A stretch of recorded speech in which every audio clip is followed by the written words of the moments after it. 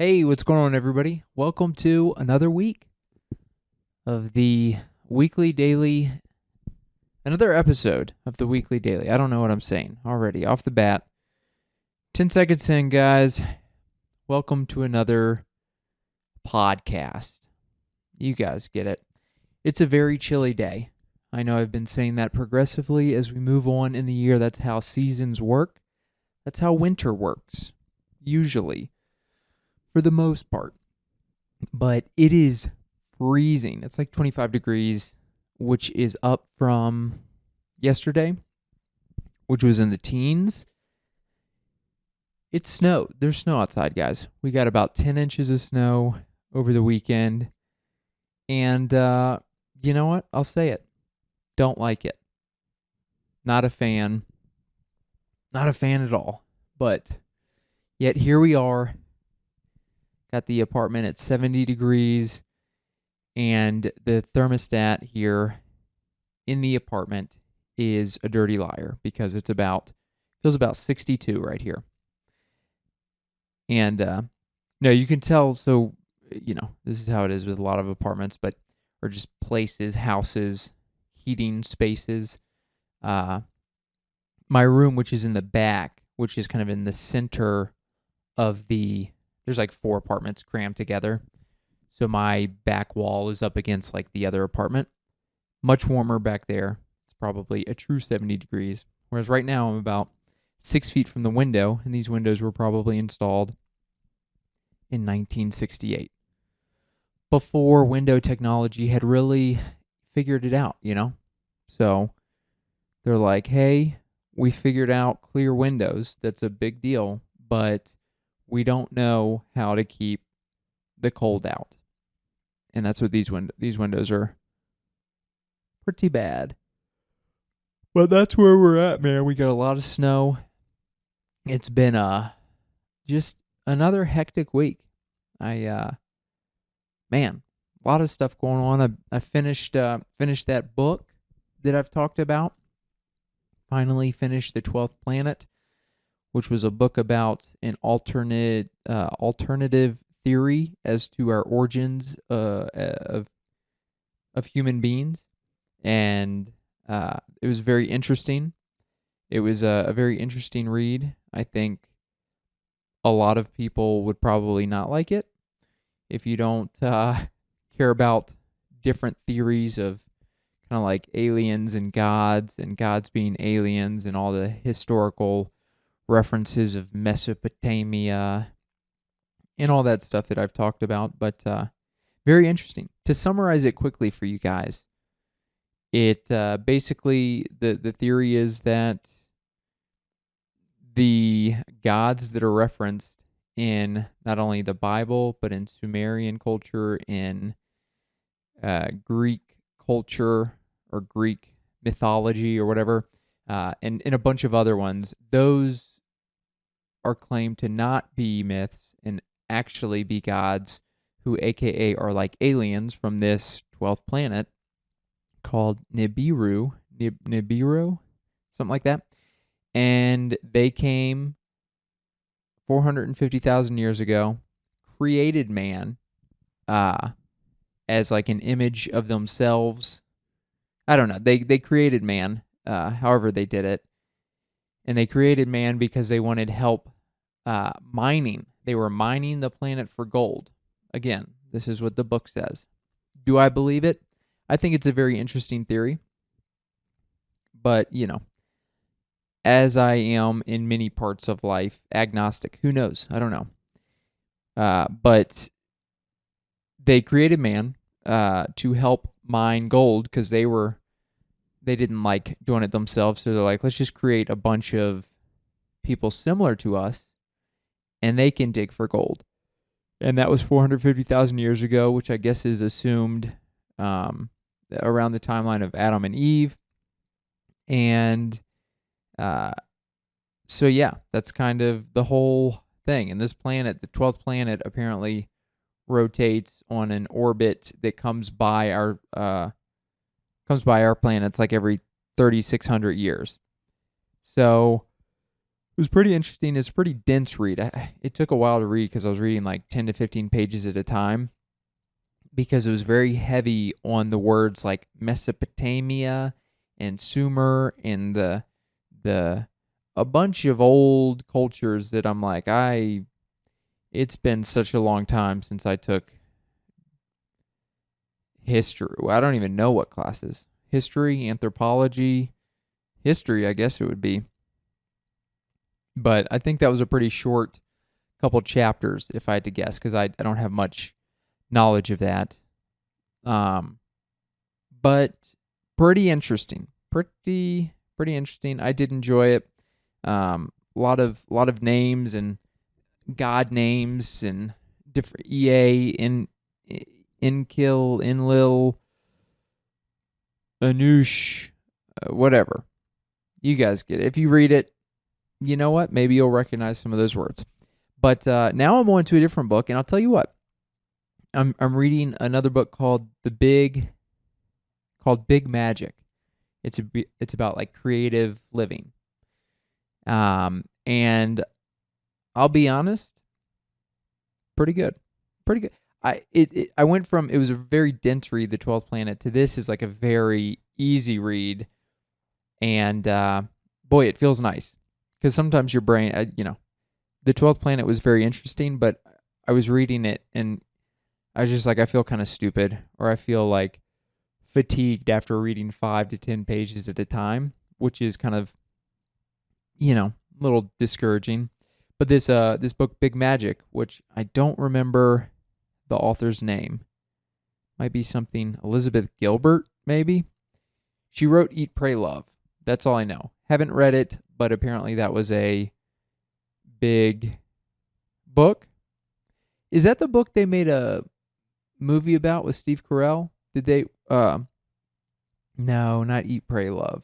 It was called, I don't know. There's some movie with Ryan Gosling and Steve Carell and Emma Stone. Pretty good movie. I can't remember. I thought it was Eat, Pray, Love. Either way, this author, she wrote a book about creative living called Big Magic. And although I disagree with her, I guess, her theory of how creativity happens and where it stems from, I agree with a lot of things, the general sentiment of the book.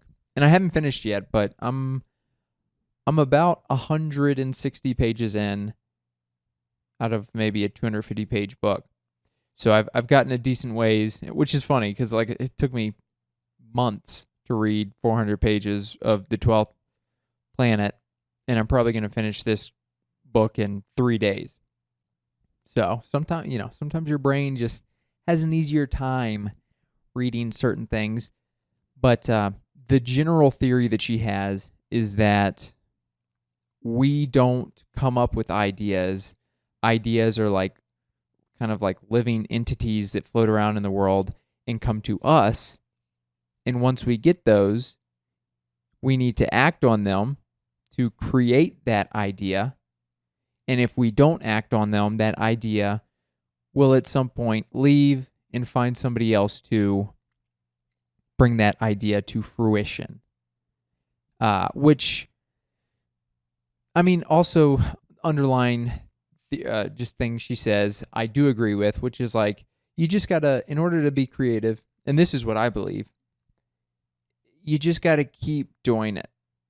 And then the more you do it, the more you open your mind up to different ways of thinking. And just, I don't think that by doing it, you allow an opening for this idea that's floating around in the void to come to you.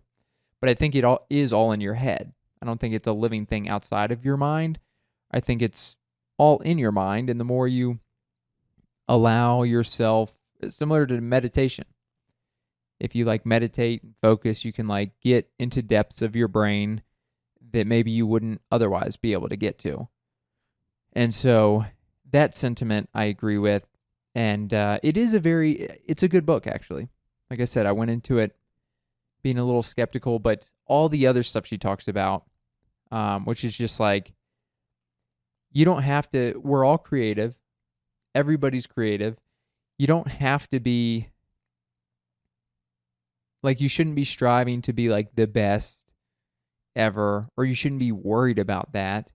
Just enjoy, like, if you enjoy creating stuff, then do that. You don't have to be um famous or put too much pressure on it. Just have fun with it and just do it.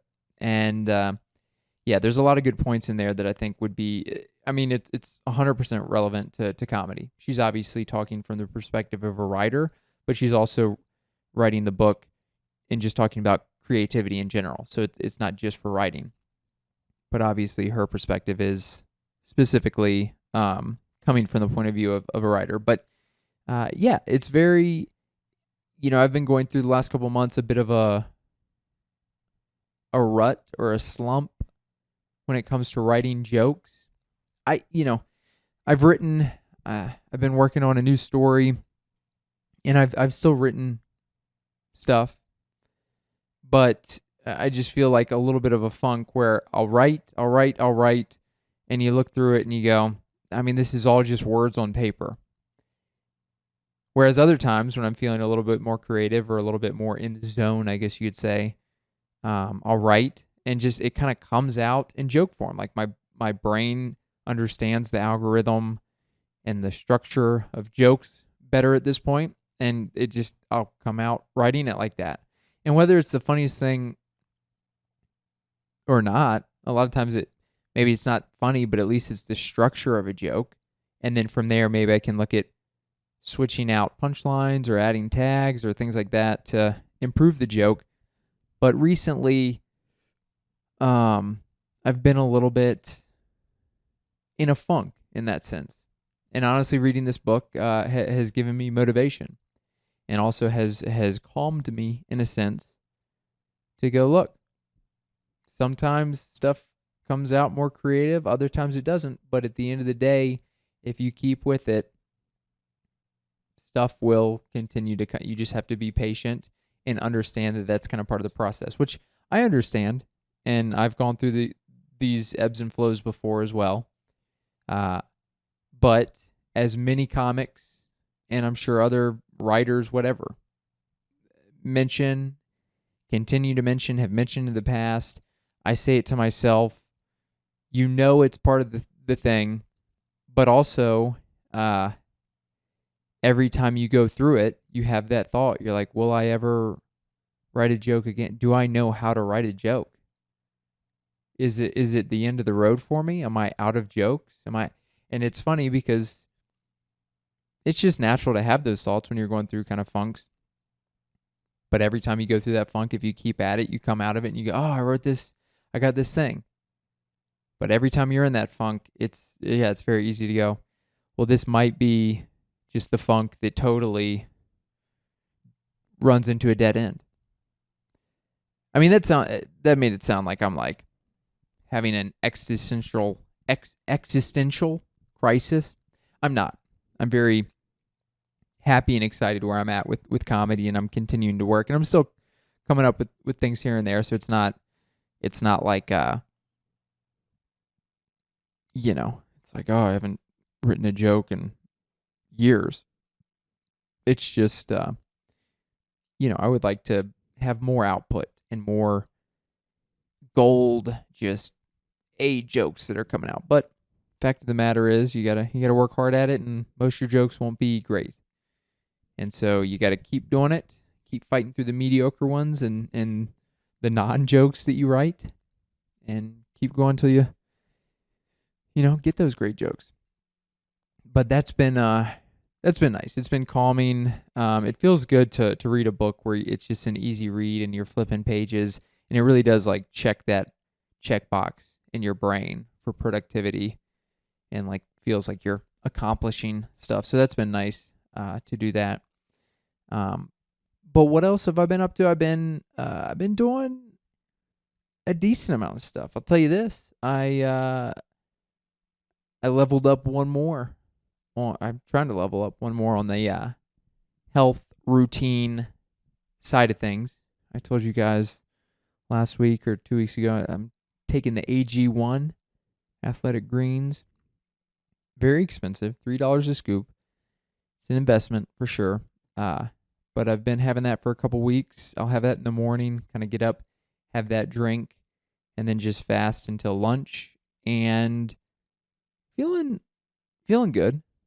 I think it's tough to say like has it made a difference or not, but I'm sure that it's helping. It's got a bunch of vitamins and important things for your body in there. So I'm not waking up and feeling like Popeye after eating spinach, but I feel generally good, and I look forward to continuing to take it and feeling better. But here's what I did that I haven't mentioned before. Last 2 nights I've been doing this. I bought some mouth tape.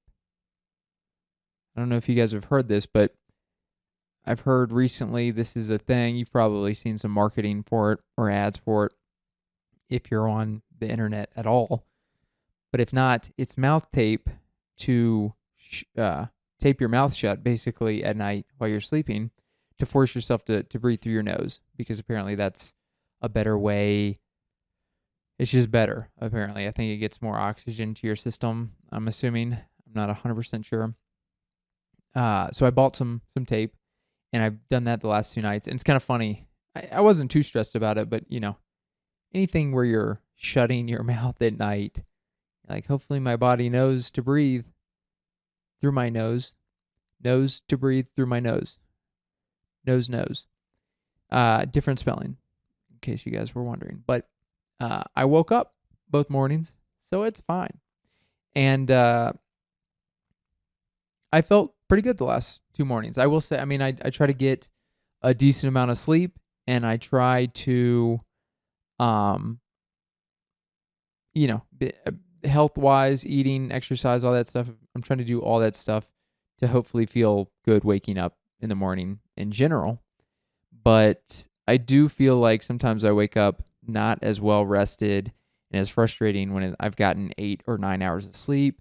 I've been doing all this healthy stuff, and I wake up, a little drowsy and groggy, which, can just be part of waking up in general. But some mornings it's worse than others, and I'm hoping maybe this will be something that helps me wake up a little bit more consistently. So we'll see, but pretty interesting. Putting tape over your mouth and going to bed. It's like the new, much easier sleep apnea machine. Well, it's not really like that at all, but having to put something on your face, it's similar in that sense, where you're kind of, if somebody knocks on the door and wants to have a conversation, it's like, sorry, try again tomorrow. Okay, I can't waste this tape. It's not expensive, but it's not that cheap. I don't know. Maybe it's probably like 30 cents per tape, which, again, not expensive, but not that cheap if you're looking at doing it every night. Also, I looked into the main brand that's out there that you probably have seen marketing is called Hostage Tape. And I think that's like $100 a month. Or, I don't know. It's like a one-time use, and I feel like each one is $1, $2, or $3. I can't remember off the top of my head, but I looked into getting that, and I said, no, thank you.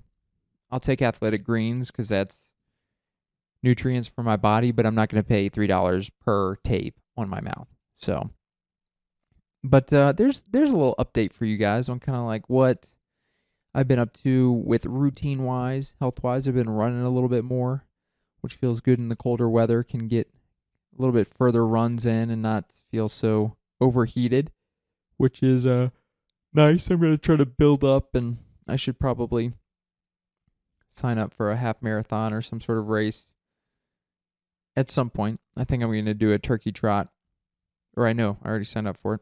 Turkey trot on Thanksgiving, like a 4-miler. But yeah, would like to get something longer on the calendar to kind of work towards. But with that said, let's dive into what I've been up to comedy-wise over this last week. What you're probably wondering, you're like, all this tape talk, we're done with it. What have you been up to comedy-wise? Well, let me tell you guys. my schedule with comedy has, over the last few years, slowly but surely gotten more and more busy, which is awesome. And in the last 2 months, uh, I feel very, very fortunate being in a spot where I'm pretty busy, uh, in a great way, and a lot of local stuff. Honestly, for the next 2 months, for the next month and a half, basically all my Thursday, Friday, Saturdays are booked out with shows. Which, I mean, those are the show days. Maybe here and there you got a Wednesday or a Tuesday show. But for the most part, Thursday, Friday, Saturday are kind of the main show days. And I feel very fortunate, very lucky to have kind of most of those filled out with gigs, which is awesome. And this last week, same deal. What did I have? I'm trying to remember. I went out, I was trying to do some open mics and work through that story that I mentioned last time. Story about clogging a toilet. This is a clean podcast, but I had to say it, I apologize if that offended you. Clogging a toilet, it happens. And trying to figure, it's tough. It's tough figuring that story out. I kind of have it generally sorted out, but it's like a 6 or 7 minute story, which is too long for most of the mics. Basically all the mics that I go to, because they're 3-4 minutes. So I've been kind of half doing it, and then a lot of the mics don't have many people that are listening, so I've done it, and it's like I want to do it in front of a crowd that is engaged in listening. So we'll see if I'll just have to start doing it at some shows, but also I don't want to throw out a really new bit that takes up most of my set at a show that's a little bit more important. And I feel like a lot of the shows that I have, fortunately, are kind of like higher tier shows, which is great. But there's just more, not pressure, but more, you just makes more sense to take those a little bit more seriously and not try out a bunch of new stuff. So I did that at a handful of mics, and then on Thursday I did a Don't Tell, which was fun. It was I hosted that one. I've got a lot of hosting stuff on the calendar, which is, I've said it before, it's great. It's honestly, hosting, it's a different skill set. It's, you're kind of responsible for setting the show up and providing the rules and making sure it stays on track. And it's a very selfless thing where it's like, hey, I'm probably not going to have you want to have a good set. You want to set up the show for the people, but you also are biting the bullet. You're going first. And a lot of times that's, you're not crushing, but that's okay. That's what it is. And you want to set up the other comics for success. So doing a lot of that it's going to help in so many ways. Just getting good as a host is an important skill to have. It also allows you to truly, the more reps you get as a host, the more you're just like, it doesn't matter. Not that it doesn't matter, but you just get like totally numb to an audience who may be a little bit more indifferent. So you're just not scared. You're like, hey, I'm here to do my jokes and try to get you guys on board, but I'm not gonna live or die based on how you're responding. I'm gonna come up here, I'm gonna do my thing, I'm gonna try my best to do the thing and get you on board. But I think it's important in comedy to certainly have some of that thick skin, and so that definitely helps to build that. And I'm looking forward to, I've probably got close to 2 hosting gigs a week for the immediate future. So I'm going to get a lot of reps in, which is great, and I feel like I've definitely grown a lot as a host. I feel so much more comfortable, but there's still tons of room to grow. So I'm looking forward to that, and growing as a comic and continuing to write and build out uh, a longer set in these jokes, while also getting really good as a host and being comfortable in that first position. I think will just it'll just make me better all around. But also once I start getting more opportunities down the line and start doing more like headlining in longer spots, it'll just make that even easier because you've just dealt with so much, I guess you just build such a thick skin. Like if you can go up in front of a cold room and just deal with a lot of bad crowds or whatever they are. You go in and you have to pivot. You have to learn to pivot and be flexible because you don't know.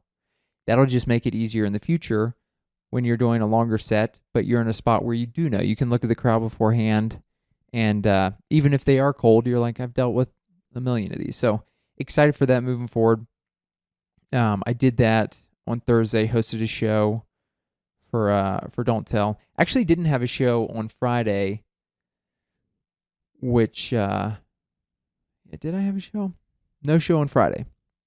Went to Denver Comedy Underground on Friday, which I don't know if I've mentioned it on here before, but it's a local independent club, one of the best clubs honestly in the city. Always has just crowds that are great. People that come to laugh. It's just one of those rooms. You know, you have rooms where people come in and you go, for some reason this room is always tight and cold and people don't want to laugh. And then there's the opposite. And this is the opposite. It's a room where people come and they want to laugh. They're excited to laugh. It's a basement room. It's a nice tight space. And yeah, I went to the show there. They have 2 shows on Friday and Saturday.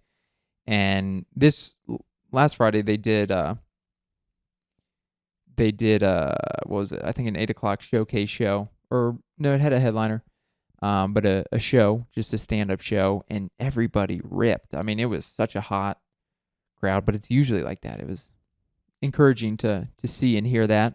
And then after that, they did like a Halloween themed show called Shtick or Treat, where local comics dressed up as like famous comedians and kind of like, I don't know if they did their specific jokes or if they just did their own jokes in the cadence of those famous comedians.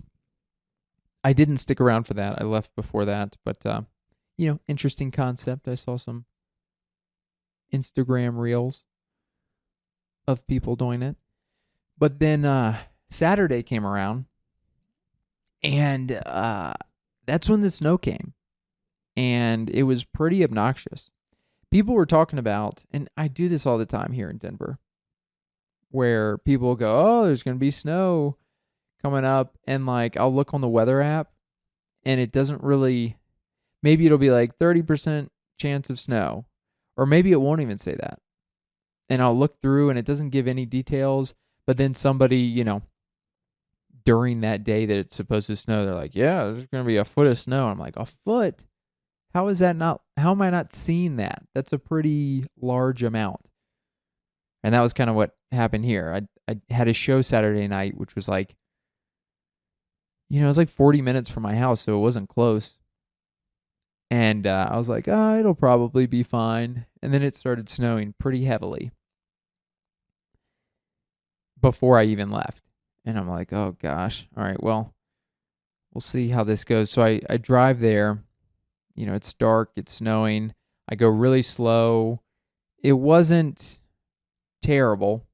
I mean, I'm always sketched out if there's snow happening, but based on all the snow driving I've done here in Denver, it wasn't the worst I've been in. But then did the show, and the drive back was pretty sketchy. It was a fun show though. I Sorry, I lost my train of thought. I saw somebody walk by the window here and wondering if it's an Amazon delivery or some sort of delivery, and the door is right beside me. So if they knock or if they're there, then they just hear me talking to myself, which is, that's always good when people see you or hear you talking to yourself. People really respect that kind of, uh, they respect that. People like it when they see me in the corner rehearsing my stand-up lines. They're like, yeah, that guy looks like a normal person talking to the wall. Anyways, went to the shows in Sterling Ranch, which is like south of Denver. It's like in the Littleton area. And it was a fun show. I mean, it was a lot of snow, but I guess a lot of people there probably have four-wheel drive, I'm sure, and they live close to this. It was kind of like a community center. I don't know what you would call it. I think it's a community type center, but it was basically like they had a bunch of different businesses in there. And this spot was like a big open bar, coffee place. I don't know what you would call it, but bunch of people there. I mean, probably like 50 people, which was pretty much filled out the room. And older demographic for sure. And some of the comics who went before me were a little bit more vulgar, and they did not seem to like that at all. Which I've talked about it. I've done a bunch of shows in Denver, but mostly on the road for audiences that are a bit older. And given that I do a lot of clean stuff, they seem to be pretty receptive to that. If you just do some normal jokes that are not vulgar, they're into that. And that's what I did. And I felt good. Felt like a good set. I was, a little tired, which, not using that as an excuse, but sometimes you got to hype yourself up before going up. But I switched my setup a little bit given the age of the crowd. I was like, I'll start out with my job jokes. And it was fine. I felt like it took a joke or two to really get them on board. And then I felt, more in the pocket. And then the bartender spilled a drink during my set. And I riffed on that for a minute or two. And I felt like I really got people on board with that, just addressing the drop drink and riffing on that. And then the bartender was kind of like shouting out. It was I think the bartender was like hammered because she was shouting out. She was basically heckling everybody. And it's like, surely, I don't know. I was like, you have to be drunk. You can't be this excited about comedy. And just the way she was talking too, like I riffed on something. She repeated something I said in like a pretty southern accent. So I asked her if she was from the South. And she just goes, no, I don't know why I've been talking like that. I've just been doing that all night. And I was like, what? You've just been faking a southern accent all night? You have to be hammered. There's no way you're not hammered. So then I did that, and then I went on to my last couple minutes of jokes and ended well. So I felt good about it. Always, every set you do it. You go, here's some good stuff. Here's some stuff I'd like to improve on.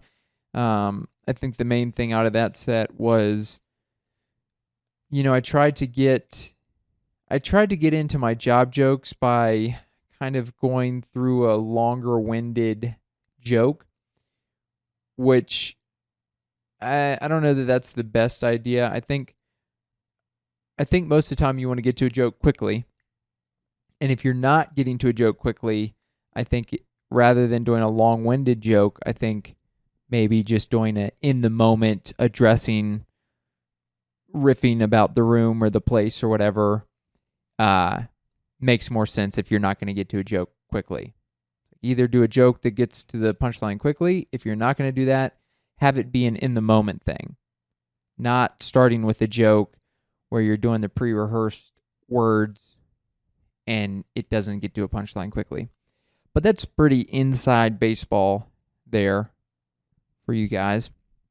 That was Saturday, and the drive back, like I said, it probably took me an hour to get back home. The roads, I probably haven't talked about it on here before, but I've rambled and ranted about it in general. It's crazy here in Colorado. Their lack of snow plowing and treatment on the roads is honestly unbelievable. Literally, they just let it snow and pack up on the highways and the side roads and all that stuff, and they just go, well, it'll be sunny tomorrow probably, and that'll probably melt it. I've never in my life have I, until coming to Colorado, have I driven on roads. Well, I don't know if that might be a little over the top saying never in my life, but in Virginia, in most places I've lived, they plow it. If it's like a really bad snowstorm, maybe like the next day, you have to wait for like the next day for them to plow it. But they don't do that here. They don't put down brine. They don't put down salt. It's just like, figure it out. That's basically what it feels like. And so on the drive back, I'm literally on like main highways where the speed limit is 65 and I'm going 25 or 30 and it's just packed snow. I mean, you can't see where the lanes are. You're just trying to stay generally in the road somewhere on the highway. I mean, it's like 4 lanes, and which that's not ideal. But what I will say is I didn't feel too sketched out on the drive home because it's like 10 o'clock on a Saturday night when it's been snowing already for like 6 hours. So most people are not out and about.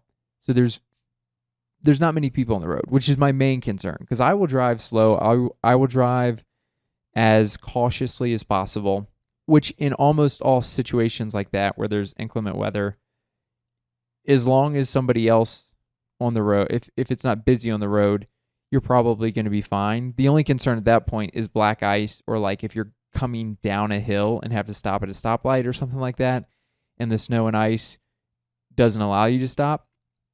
But if you don't have that, and it's just like, hey, you're on the highway going 30, and it's just going to take twice as long, then that's fine. I mean, obviously you don't want to get stuck, but it wasn't quite at that level. It was, there was probably like 4 to 6 inches of snow at that point, and on the roads, most of it had been driven over, so at least it's packed down, and so there's still kind of traction in that way, packed down snow. Although the next day, after you pack down snow and it freezes overnight, then it kind of becomes slick ice, which is not ideal. But you guys get it. This isn't a science podcast, okay? This isn't a weather report podcast. This is a weekly daily. You know what I'm saying? This is a weekly report of Ben Dailey that 6 people listen to. I'm going to start promoting the podcast. I've said it, this next year, I'm going to start picking like a weekend out of every month, and I'm going to go set up my own show on the road, and I'm going to headline. And that's where I'm going to learn to headline. That's where I'm going to learn to put all the time together, the ebbs and flows of headlining, selling merch, upping my, getting people to follow me on Instagram, and then also plugging my podcast. So I think here, moving forward, those are going to be priorities. Up until now, I've said before, I don't think, it just feels weird doing local shows where you're doing 10-minute spots, plugging all that stuff. I think plugging Instagram is probably fine wherever you're at, but I just haven't been doing that. So moving forward, that will be a priority, and I look forward to bumping things up a little bit, and we'll see how it goes. I've got to, I've said it before, but this podcast truly is kind of in the weeds, and behind the scenes of just my life, my comedy, what's going on in my life. And so it's not probably going to be that interesting it's probably not going to be interesting at all for somebody who doesn't know me or doesn't have context of what I'm doing. It's not like a banter podcast where you're like, ooh, he's zinging and zanging. No, it's kind of like, keeping you updated on what I'm doing. And I realize that the only people who are going to care about that are people that know me or have met me or have some sort of investment in me as a person. And I think a lot of that will just be me going out and doing stand-up and then telling people, if they enjoy it, telling people I have a podcast where I talk about stand-up and them going, let me go listen to that. Oh, he talked about the show that we went to and watched. Oh, let me listen to it again, see where he's up to and kind of follow his journey of being a stand-up comedian. And that's what I do that as well too. A lot of the comedy podcasts that I listen to stem from that same thing. Like I went and saw Jeffrey Osmus, I think is how, I don't know. I can't remember. They say it different ways, but saw him at Denver Comedy Underground and saw him. He was very funny. Hung out after the show, and then he has a podcast, so I was like, let me listen to that. Maybe he'll talk about the Denver shows. And then just ever since, I've been listening to that podcast. Him and Alex Dragovic.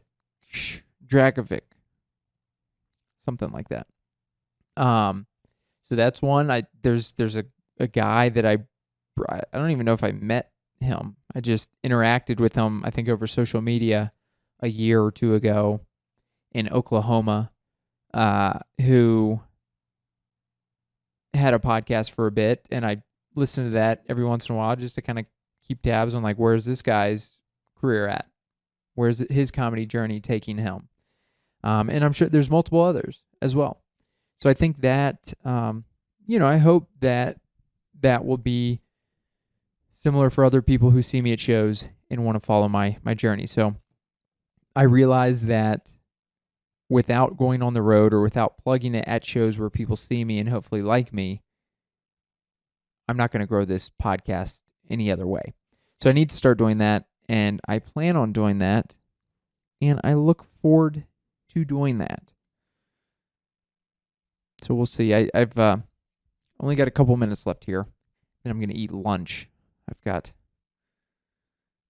not the best lunch ingredients, but some pork, some eggs, some quinoa, and some vegetables. I don't know. It's whatever. It's fine, okay? Get over it.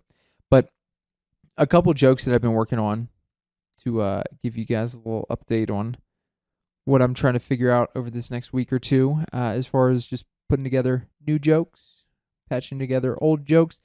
I'm currently working on a bit about aliens. Surprise, surprise. Not just from watching or reading that book, but I've watched a lot of Netflix documentaries and encounter videos and stuff, which is pretty interesting. And I also have a bit about space from the past that I think maybe I can lump together. So excited to try that out. I've also got, oh man, what's the other bit? I'm trying to work out some longer form stuff and add on to like my Lyme disease story and joke. A joke about how I ran for president in 8th grade and how that was a complete disaster. I'm trying to rework that. I'm trying to bring back some old stuff and rework it. I had another, I can't even remember what I did. It wasn't hiccups. It wasn't, oh man, I can't even remember. Yesterday I spent a lot of time. Sunday, today is Monday. On Sunday I spent hours. It was the most I've written in a long time. Snow. I was writing about snow. Thank you. Wow, Ben, you're very your brain is functioning. High functioning Ben. That's what they call me. But I I wrote about snow, and so I've got a handful of things that I want to work on this week. And honestly, I feel like I felt back in like May when I got back from a trip, my trip to Virginia, and doing a bunch of shows and just a bunch of old material or not new material. I really want to get back to just like putting my back against the wall and dumping everything and just starting new and go build a new 10 minutes. All those old jokes done, not done forever, just done for now. Pretend you don't have them. And what that does is that, that forces me to go out to these open mics in places where you have next to nothing and you're bombing and you're struggling and you're squeamish on stage. You're uncomfortable. And what happens from that is getting uncomfortable forces you to go, you better figure it out because I don't like this. And generally, you do figure it out. You keep working at it and you figure something out. And maybe it's not incredible, but at least you figure something out to get something out of the joke. So that's what I'm planning on doing this next week or so. I've got a handful of shows this week. I'm going to be doing Don't Tell on Thursday and Saturday. I'm going to be doing a show at Wide Right on Thursday as well. I'm going to be doing Denver Comedy Underground on Friday. And yeah, looking forward to it. Guys. Look, I didn't feel funny here. I didn't even try to be funny. I was just trying to be genuine. Okay. And sometimes you get genuine Ben. Sometimes you get goofball Ben. Sometimes you get Ben who doesn't know how to speak sentences. And if I'm being honest, that's most of the Ben that you get. But thank you guys so much for listening. Honestly, appreciate you guys tuning in. If you enjoy this, share it with a friend, like, comment, subscribe, whatever it is. Like I said, I'm going to try to be building this platform a little bit more moving forward. So with that said, thanks again for tuning in. Appreciate you guys, and I'll see you guys again next week.